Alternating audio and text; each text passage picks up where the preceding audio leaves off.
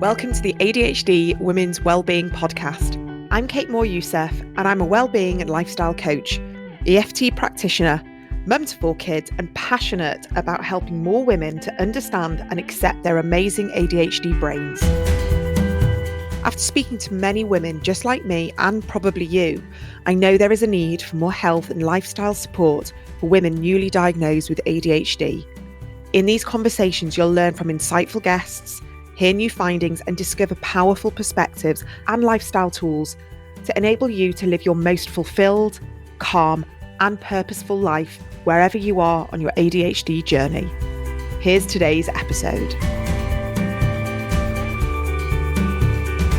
Today, I am absolutely delighted to invite on as guest Rachel Gow, PhD, Dr Rachel Gow, and she is a child neuropsychologist and a neurodevelopmental specialist with the expertise in ADHD and associative learning and behaviour differences. And in addition, she's also a registered nutritionist and the author of a fantastic book that's been on my desk for several years now. It's Smart Foods for ADHD and Brain Health: How Nutrition Influences Cognitive Function, Behaviour and Mood. So Rachel, welcome to the podcast. I'm just delighted. We've met in person. I came and did your event.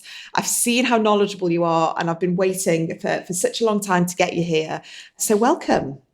Thank you very much, Kate. And it's a real pleasure to be on this podcast with you today. I'm excited. I've been excited and waiting as well. Yeah, I mean, there's so much to talk about. I've got, a whole page of notes to ask you because what you cover is so big and so important for ADHD, but also for brain health, for our mood, our nutrition, our gut health. And you've really dedicated your career to this. And I know, how much studying that you have done, how much work on the ground you've done, but also as a parent, and also the future of your career, which is also, fascinating, which we'll come to. But I guess just to sort of start from, we've sort of listed all the amazing accreditations that you've got with your career so far.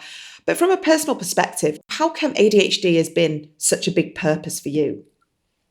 Yeah, it's a great question and it's a good starting point as well. And I think first and foremost, I am a mum. Because it's really important to talk about ADHD from my personal perspective as well as my professional, 14 years of research and training, which I'm sure we'll come to. But first and foremost, I was a mum and my son was diagnosed with both ADHD and dyslexia as a small boy. And that came as, I wouldn't say a surprise, but I certainly had heard of dyslexia. But I didn't know anything at all about ADHD, and it has a funny name as well, attention deficit hyperactivity disorder. So I think we begin to research things, don't we, as soon as it affects us or impacts us on a personal level. And I always describe myself, and I say this in my book, that I became a better investigator than an FBI agent because I was all over it. Yeah. I was luckily, the internet was out then and I was Googling and talking to people and attending, whatever events and seminars that I could at the time. How long ago was this? Yeah, of course. My son is 31.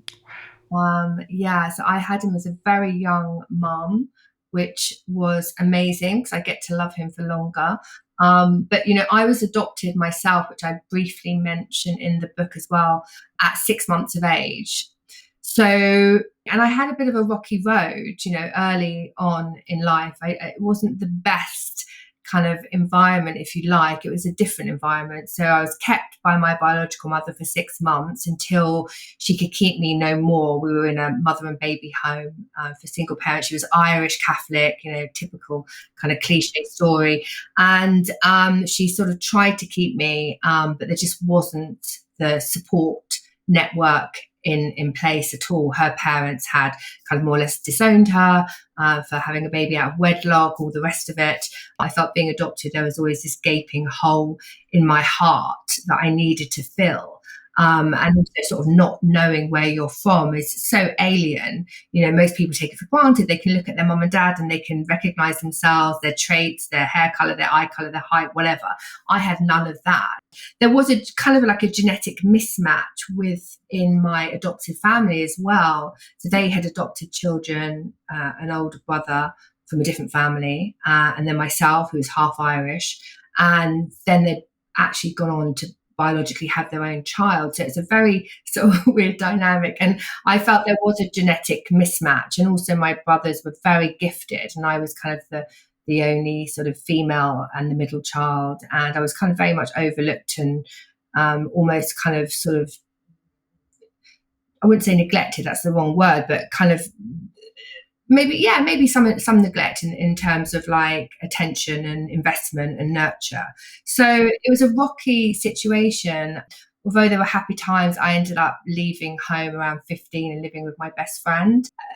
It was a struggle, and hence why I ended up having a teenage pregnancy, because I was a child when I left home, and that increases risks for so many adverse outcomes, and luckily for me, I became pregnant. So I always say luckily. And that was the most wonderful gift that could ever have happened to me. And my son's name actually means gift from God. And when I found out that he was going to arrive into this world 3 days before my birthday, I was like, to me, it just made sense. And it just kind of, I was like, I'm definitely keeping my beautiful little boy. And that's what I did. But anyway, that's a long version. No, it's not. It's really powerful, because I'm listening to you and I'm connecting dots in my head, and I'm understanding, the drive, the really innate, deep drive to rectify, I guess, sort of past generational patterns, and to give him maybe what you didn't have. And then that devotion that you've had to learning about ADHD. And yeah, I truly believe these things, that, our children are there for our biggest lessons, and they are there to teach us.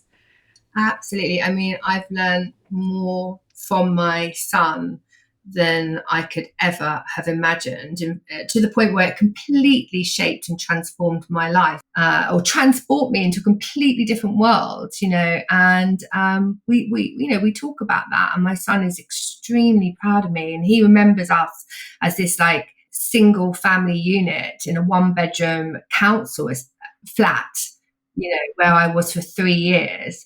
And I swore to myself, I made a promise when he was born, that I was going to make sure that he had the best possible environment growing up, and that I would do my utmost in everything to ensure that he had every opportunity. And and I did, we moved out there 3 years later. I bought a property at 25. And what were you doing then, out of interest? So because you weren't doing what you're doing now, then, were you? Not at all. I was a lettings manager, and I met some really phenomenal people who were very inspirational as well. And my son was actually at private school around the corner at a school called Abercorn Place in St John's Wood, literally 5 minutes from the office. In the end, I was travelling from southwest London to northwest London, arriving at 8 o'clock before my bosses. My son was dropped off at breakfast club. I was opening up the office and I was working. It was a long day. Didn't finish till, 6 o'clock. So it did mean there was a sacrifice. The sacrifice was that I was an extremely busy young working mother, but it actually did help provide a stable environment for my son. And, there's a lot of critics when I had my son, a lot of people, family members, who just literally wouldn't talk to me, especially because my son's mixed race as well. A lot of racism, a lot of comments like, she's made her bed, she's going to lie in it. In spite of that adversity, I was determined to not only survive, but thrive and to, be a great mom. I mean, it's so inspiring to hear this. And, this is not the angle I thought we were going to start with. I thought we were going to go straight into nutrition and supplements. But I'm so glad, honestly, I'm so glad that you did, because you've shown a lot of people is that there's always a way. We've always got choice, and we've always got a way to step into our power, even if it feels like we're totally powerless. And then you find out that your child's got a learning difference, which I can assume, back then wasn't called a learning difference. and you were then having to like navigate this whole world on your own as a single parent and learn about ADHD, which is only just the stigma is only just being removed slightly. I mean, it's still there. So I can only imagine what it must have been like for you to have to then advocate for your son and advocate for what he needs. And can you tell me a little bit about how then you became, a dietitian, a neuropsychiatrist, and why, diet and nutrition and everything has become like your whole career now? Yeah. I just want to say first and foremost, like, I salute every single mom raising a child with a neurodevelopmental difference. It is not easy at all. I don't think people understand the challenges. I mean, luckily I was young because I had lots of energy, and that was important. I was able to juggle a lot, and I did. I had to become a bit of a helicopter mom. But it was extremely challenging, and the lack of professionals, the lack of support from teachers, just constant calls, being bombarded, pick your son up, come to this meeting, let's discuss this. It just went on and on and on, to the point where I had to completely give up my job in real estate. And everything happens for a reason, everything happens for a reason. And the realization that being this successful young working mom was never going to work. And that's when I decided to attend university part-time.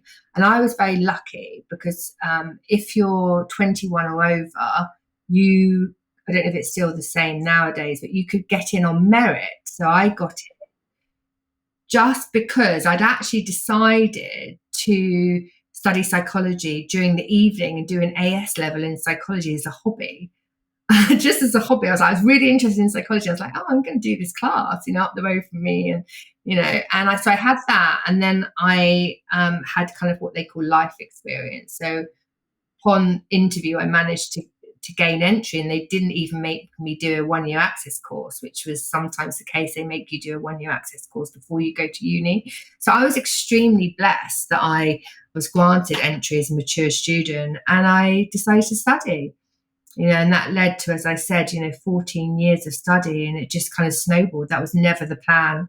I just wanted to find out as a mom how I could, best understand these neurodevelopmental differences, what they meant, what was going on in the brain. And I began to learn that the brain is a biological organ, and that basically what you ate had a huge impact on how your brain functioned at a molecular and cellular level. And that was just fascinating. And I'd noticed at home with my son that changing his diet and going back to basics completely, getting back in the kitchen and making everything from scratch, eliminating processed foods, had the biggest difference beyond methylphenidate, which had given him terrible side effects. And we'd really battled with that one because actually a school presented me with the dilemma that you either medicate your son or we will politely ask you to withdraw him, because that's what private schools love to do. So I was kind of forced to medicate him, which I didn't want to do, but I did. And unfortunately, it just didn't work out for him. I know the brain imaging studies show that it can normalize brain function in the same way as non-diagnosed children, so children without ADHD, they can actually kind of normalize brain function. And there are lots of positives with ADHD medications for some people. Yeah. But we have to address the fact that at least a proportion of individuals are non-responders, or the side effects are so severe. It's estimated that it's around 1/3 that this happens to. The side effects are so severe that it warrants discontinuation.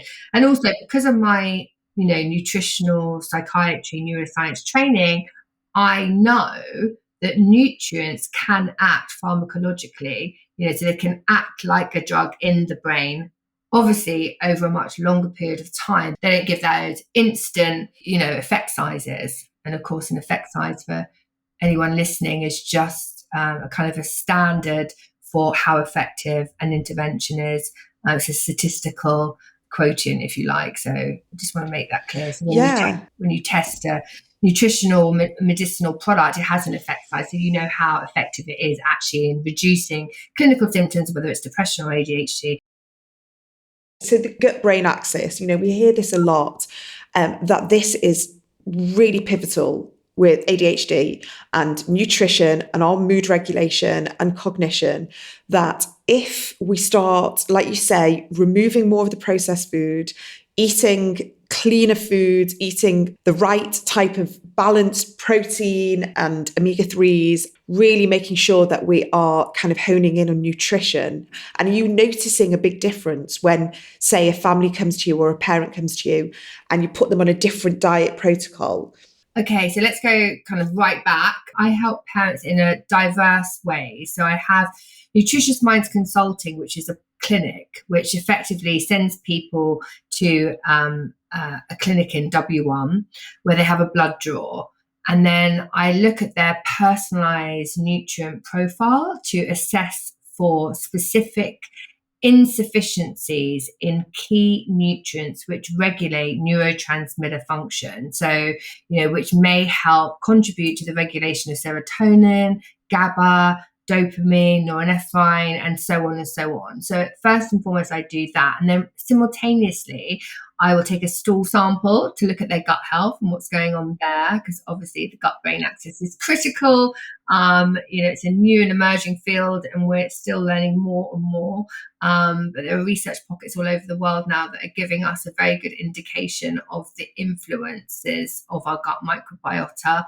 And I'll also look at food intolerances and food allergies, which is really, really important, because basically what's happening is that children are eating the very foods that they are intolerant to, promoting the growth of what we call dysbiotic or pathogenic bacteria in the gut, which are then over-colonizing and are impacting the production of specific neurotransmitters, which are made in the gut, and then some of which are transported into the brain. So that's really critical. And in fact, what I found over the years of collecting data in this area is that almost 100% of the families that I work with, their children present with a wide range of nutritional insufficiencies in key nutrients like iron, iodine, magnesium, selenium, omega-3 fatty acids, and so on, plus food intolerances, plus food allergies, as well as dysbiotic bacteria in their stool samples. So that's really important collectively, because when we do that type of data collection, we have a personalized profile in terms of nutrition, what's going on. So, and then the great thing is we can make changes. So we can improve the nutritional insufficiencies by making specific dietary recommendations. You need to eat more of this food group, or you need to, adjust that, or you need to restrict your intake of ultra-processed foods. That's really, really important, because a lot of people don't really understand much about the impacts of ultra-processed foods. And in fact, I have been working with a research team made up with several researchers, mainly from America. Some of you may have heard of Dr. Robert Lustig, who wrote Metabolical. He also wrote The Hacking of the American Mind. But we've been working on a project for about 3 years now, which has been published, and it's called the Metabolic Matrix: Re-engineering Ultra-Processed Foods to Feed the Gut, Protect the Liver, and Support the Brain. And you can download that for free on Frontiers in Nutrition. But ultra-processed foods ultimately consist of non-nutritive compounds, synthetic food additives, many of which are not regulated, like flavorings, colorings, preservatives, synthetic emulsifiers. They often contain trans fats, refined carbohydrates, processed meats, excess sugar, sweetened beverages. All of these are ultra-processed foods, which are, heavily industrially produced formulations and notoriously poor food sources of the types of foods that we need for brain health and brain function. And we know, because it's been systematic reviews in terms of outcomes and effects, that they impact the body and the brain. They increase risk for the premature development of metabolic health diseases, type 2 diabetes, obesity, cardiovascular disease, stroke, and so on and so forth. But they also impact the brain in terms of the function and activity of the brain. And I think we have to be careful, because ADHD, individuals with ADHD specifically, I have found within my professional research that they're chasing the dopamine highs. Yeah, They're exactly. chasing, and it often starts when they're 8 or 9 with sugar addiction. Because they get that dopamine release and the activation of reward circuitry in the brain, the ventral striatum, nucleus accumbens, those areas, those regions are activated in the same way they are in adults taking, cannabis, cocaine, marijuana, nicotine, alcohol. And they're rewarded, if you like, for eating those junk and processed foods. And that starts the binge, withdraw, repeat cycle of addiction that can increase. And then teenage years, they're experimenting, with cannabis.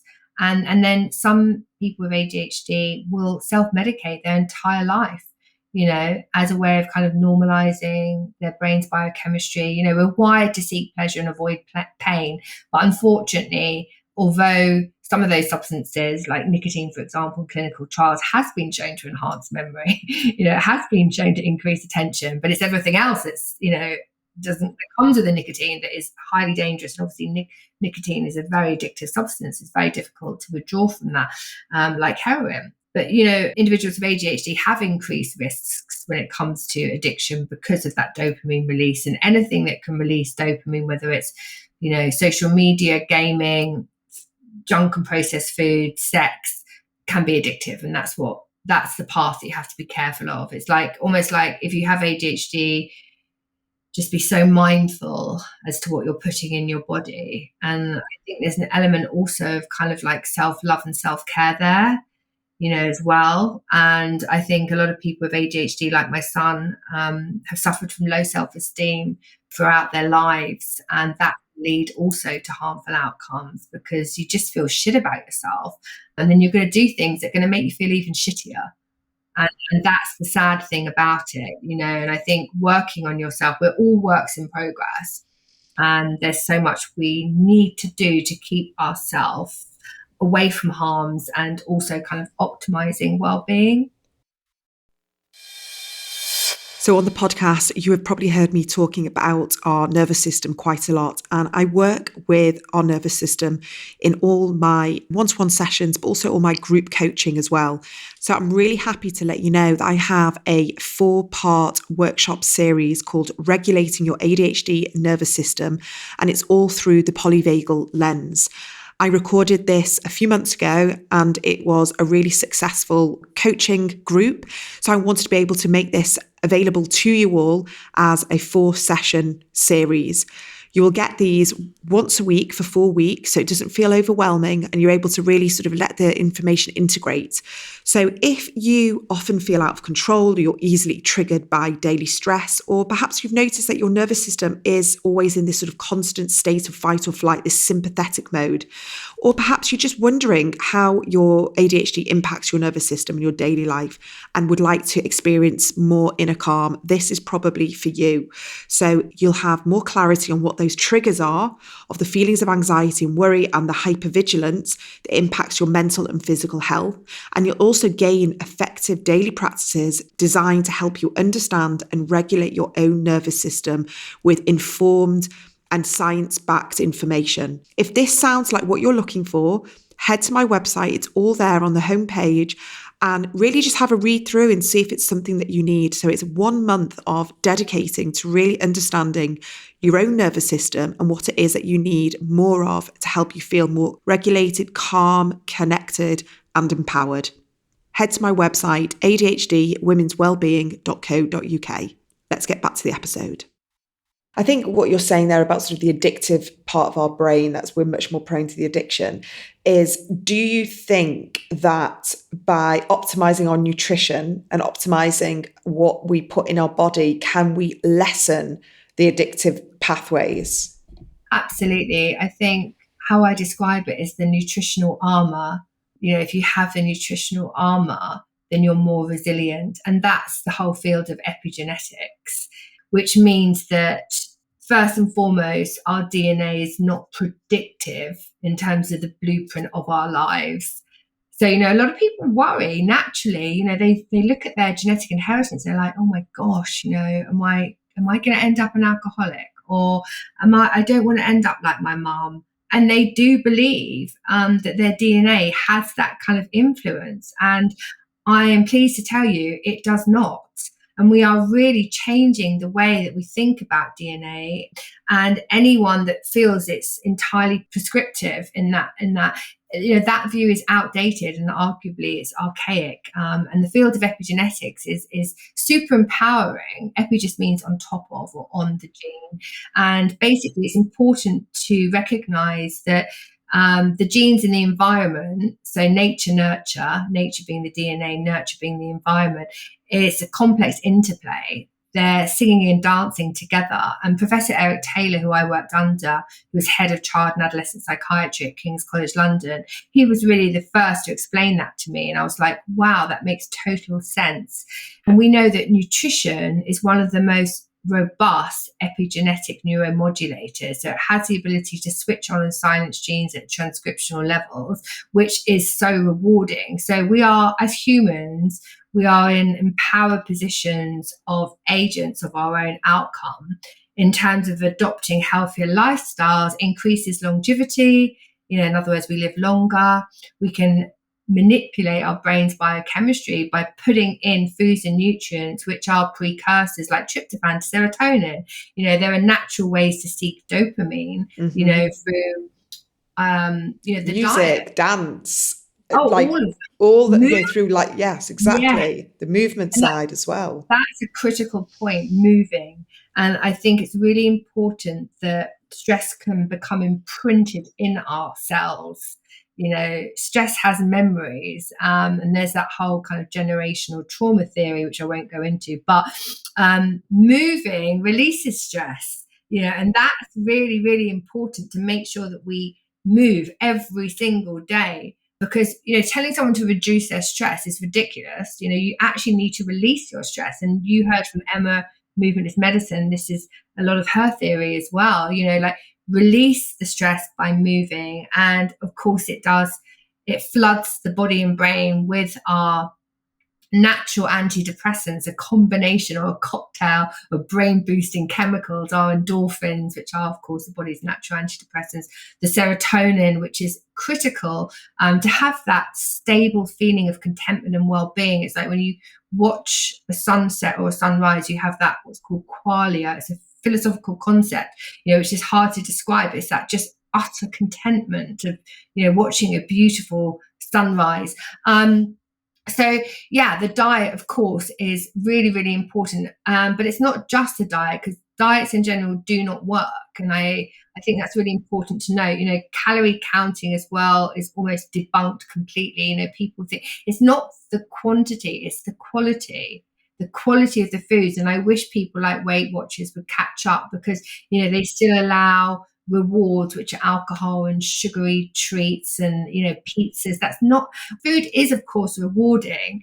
Healthy food is incredibly rewarding. It does release those chemicals that I've just mentioned, but it's also what we absorb, and that's very complex as well, and it's probably a whole other discussion. But just put simply, like when you eat a piece of fish, for example, you not only get the omega-3s, but you also get the trace elements, and you get the vitamins, and all of these work synergistically to facilitate absorption and synthesis into our red blood cells.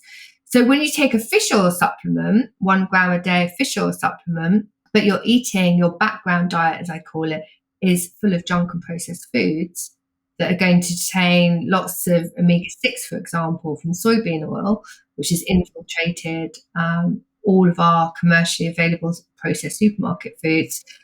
Omega-6 and omega-3 are going to compete for absorption and synthesis into our red blood cells. So if you've got like 12 to 17 grams of omega-6 in your diet through following a Western dietary pattern or junk and processed foods, that 1 gram of fish oil is not going to make a dent. It's not even going to be absorbed, because the omega-6 is going to be absorbed ahead of the omega-3. So absorption is critical as well. It's like people when they take probiotics. Oh, but I take my probiotics and my gut health must be okay. Okay, well, how much dietary fiber do you have a day? What's your intake of prebiotics? Because the healthy bacteria, in order to grow and multiply, they need the food. And the food is the prebiotics. It's the dietary fiber. That's what enables and encourages their growth. If you're eating lots of sugar and white refined foods, or the beige foods, like white rice, white potatoes, chicken nuggets, fries, that kind of thing, you're going to encourage and promote the growth of the unhealthy bacteria or the pathogenic bacteria. So that's what's important. So that my point about absorption is really, really key. You've got to look at your diet as a whole and make changes. You can't just think, oh, I'll take a couple of vitamins, but they might be synthetic. Yeah, your probiotics will be flushed straight through you because they haven't got any dietary fiber to nourish and multiply. So it's like it's very, very complex, and there's lots of, with social media, so many missed messages as well, misinformation. Yeah, I feel like I do need to interject there, because I'm going to, on the flip side, I know how hard it is as a parent, for sure, when you've got neurodivergent children who are fussy eaters and who will only eat, and especially if there's autism in the mix with sort of, it's both with ADHD and autism, the sensory processing, like with types of food they won't eat, textures, colours. The beige foods is very typically all we can offer them, and with the sprinkling of peas or a raw carrot, and we just think we're winning. When we are dealing with that, and we are I would say, I've got 4 kids, and I've gone through all of that with different kids, with certain textures and foods. How do we reduce that overwhelm, reduce that shame and guilt that, oh my goodness, if only I could feed my kids all these amazing foods, and not worry, I know it's hard not to, but kind of hope that we're not causing them long-term psychological, issues, because we can't force our kids to eat all these amazing foods that we'd love them to eat. Yeah, I think going forward, things are slowly changing. Like in terms of, as a young mom myself, we would, I'd work all day and then we'd stop off at McDonald's and get a Happy Meal. And I had no idea of what that was doing to my son's brain. I just didn't have the knowledge or the education. But I think as awareness is growing in terms of the role of nutrition in brain health, especially with Instagram platforms, and we're being flooded with information that what we eat also impacts the brain, not just the body. I think as that knowledge is growing, I think parents are changing how they feel about food and how important it is for their kids, and their shopping lists are changing as well.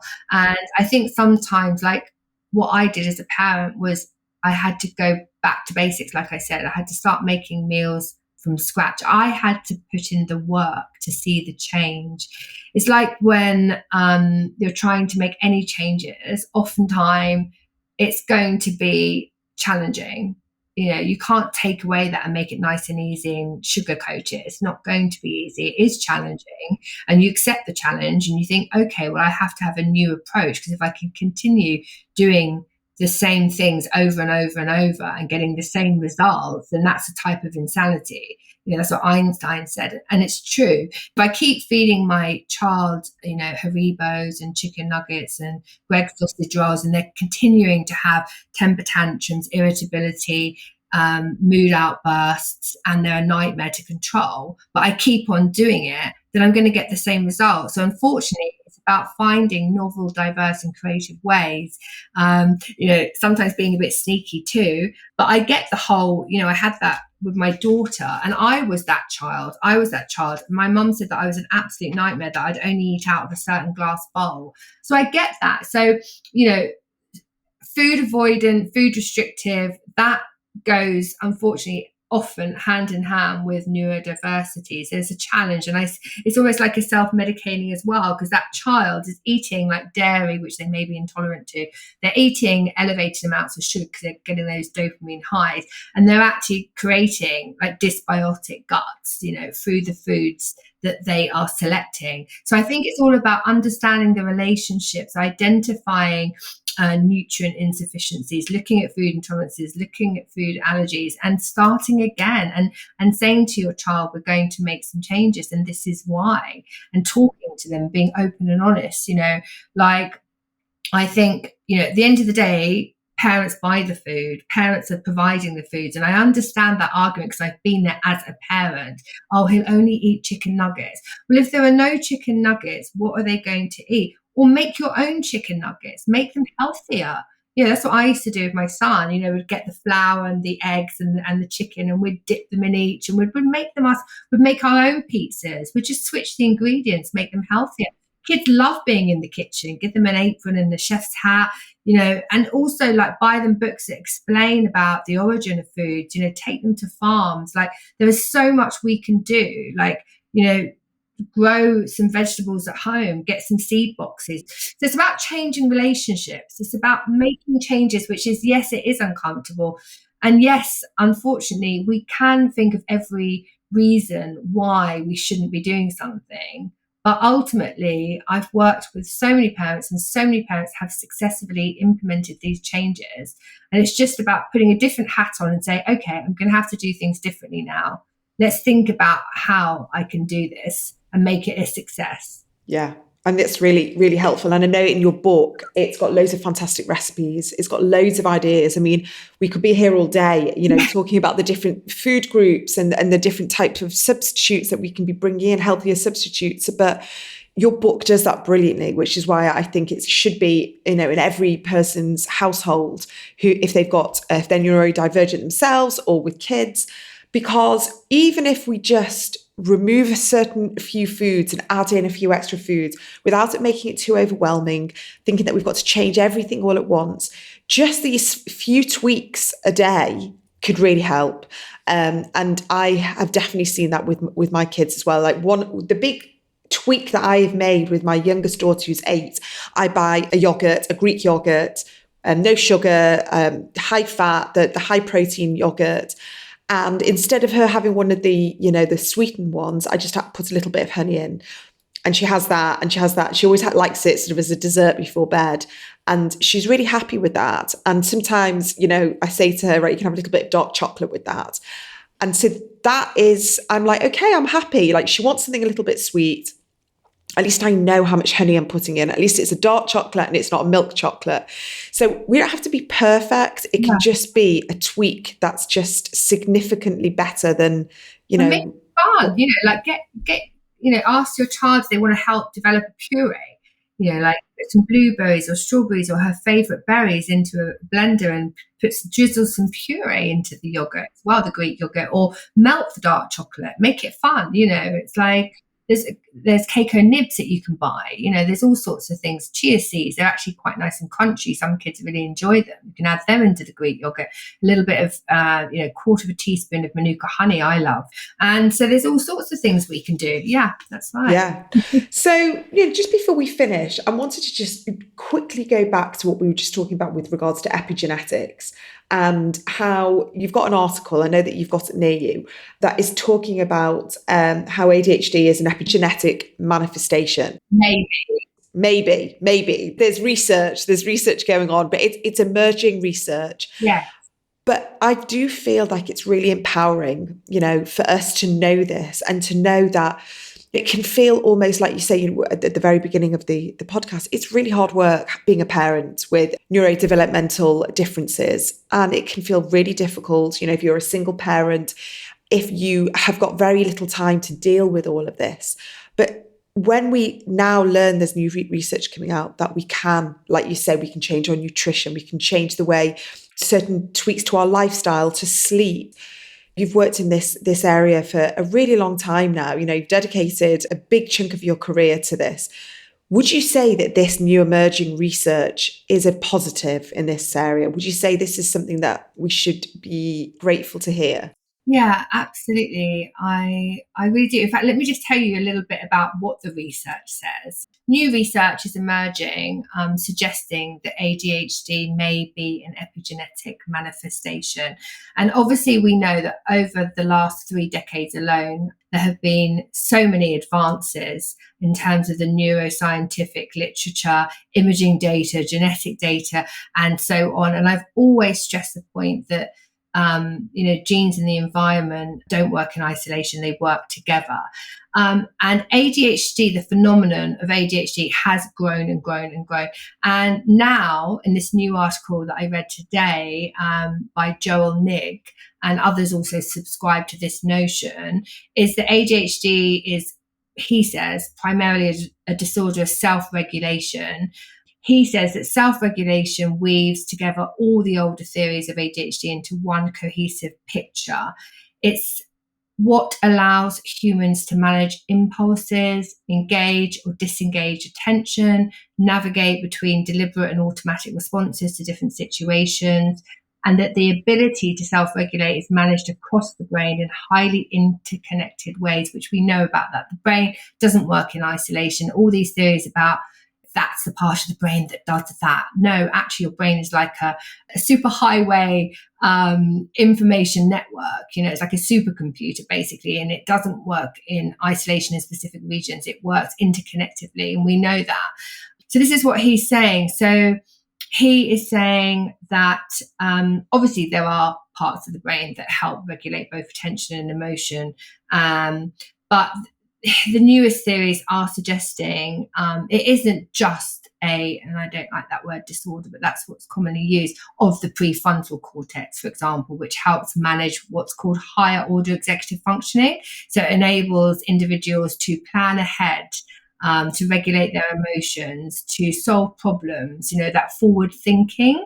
And that's why ADHD does have this kind of cognitive control difficulties between different systems of the brain, like the limbic system, which is concerned with impulsive, novel, risk-taking behaviours. And the frontal cortex is the rational part that often weighs in the impulsive actions and says, hey, think about this first. Whereas the limbic system, which ignites during puberty, is all about, let's do this. Wouldn't it be fun if we did that? And then the frontal cortex, which doesn't finish developing until we're about 23, hence why in some instances teenagers with ADHD get into all sorts of bother, perhaps, doing impulsive actions which, force them into the criminal justice system, other situations including, teenage pregnancy, and so on. So there are those increased risks attached, but we know there is some genetic susceptibility for genetic inheritance. Some have estimated these at ridiculously high percentages, like almost 90%. Whereas others have been more conservative and said, no, actually, the genetic inheritance of ADHD is more like 70%. Yeah. So there's a sizable version that is the influence of the environmental factors. And of course, there are many different environmental factors. There's trauma. We touched on that briefly. There's toxicity, exposure to toxins. There's infections. There's nutritional deprivation. There's physical trauma. There's a whole range of different environmental factors which contribute to influencing the development of the baby's brain, like neurogenesis, embryogenesis, which occurs in the womb and continues postnatally. So he is saying that epigenetics plays a much bigger role, and that self-regulation component relies on epigenetics. So I think epigenetics is super empowering because, as I mentioned earlier, nutrition has been defined as an epigenetic neuromodulator. So that means, in a way, it's like, okay, you have genes in your family for schizophrenia, perhaps, or genes that are linked to schizophrenia, because there is not one gene that causes schizophrenia. There is not one gene that causes ADHD. That's really, really important. And, but if you eat healthily, you exercise on a regular basis, you have a great support network, everything is well managed in your life, you have a great family structure, then that gene, may remain silent. And it's almost like, okay, you have a susceptibility towards schizophrenia, and you lose your job. You can't pay your rent, you become homeless, you start self-medicating with alcohol and drugs. That gene's activated. Now you're showing, signs of prodromal schizophrenia, or you're becoming psychotic. So, that's how I can perhaps give an example. But epigenetics is the fact that you, as a human being, have the ability to decide which things in your life are serving you and which things no longer serve you, and in fact causing you harm. You have anxiety, you've got low mood, you're fatigued, you have low energy. So what can you do about this? Because there are always things you can do. And I help families in a wide range of ways, whether that's acting as a professional liaison to stop that child getting excluded, it's helping a parent getting an education healthcare plan, it's giving nutritional advice, it's going into schools at coffee morning, giving talks. All of this is really, really important. And I hope that my future will enable me to help more and more families, because a lot of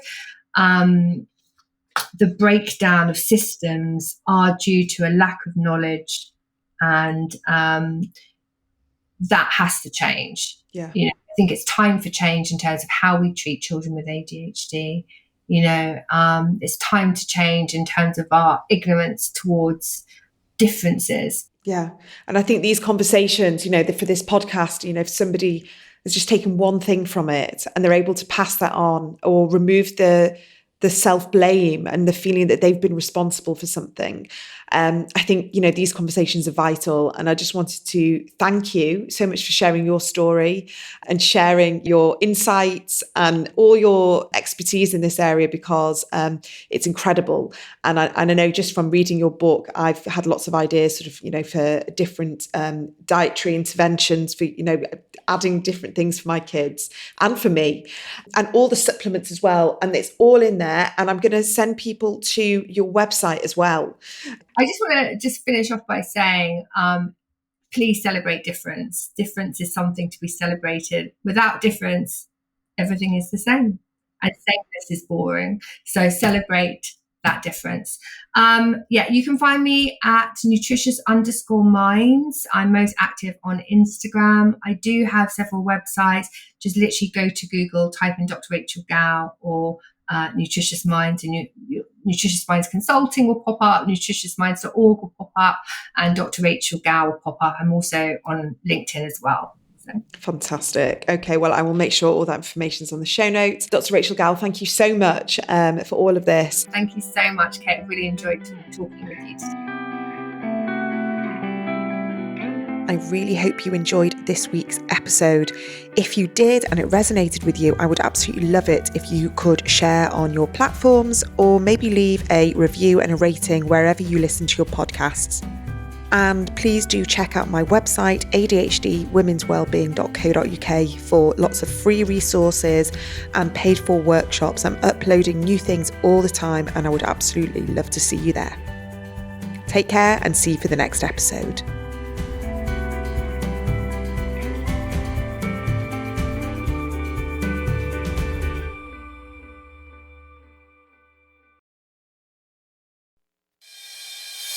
Just a quick reminder that I have built a library resource on the website, which is ADHDwomenswellbeing.co.uk. And I am creating a hub for you to be able to look for all different types of resources, online workshops. I've got the hormone series, which has now been broken down into individual workshops, which range from thriving with ADHD post-diagnosis, how to avoid burnout.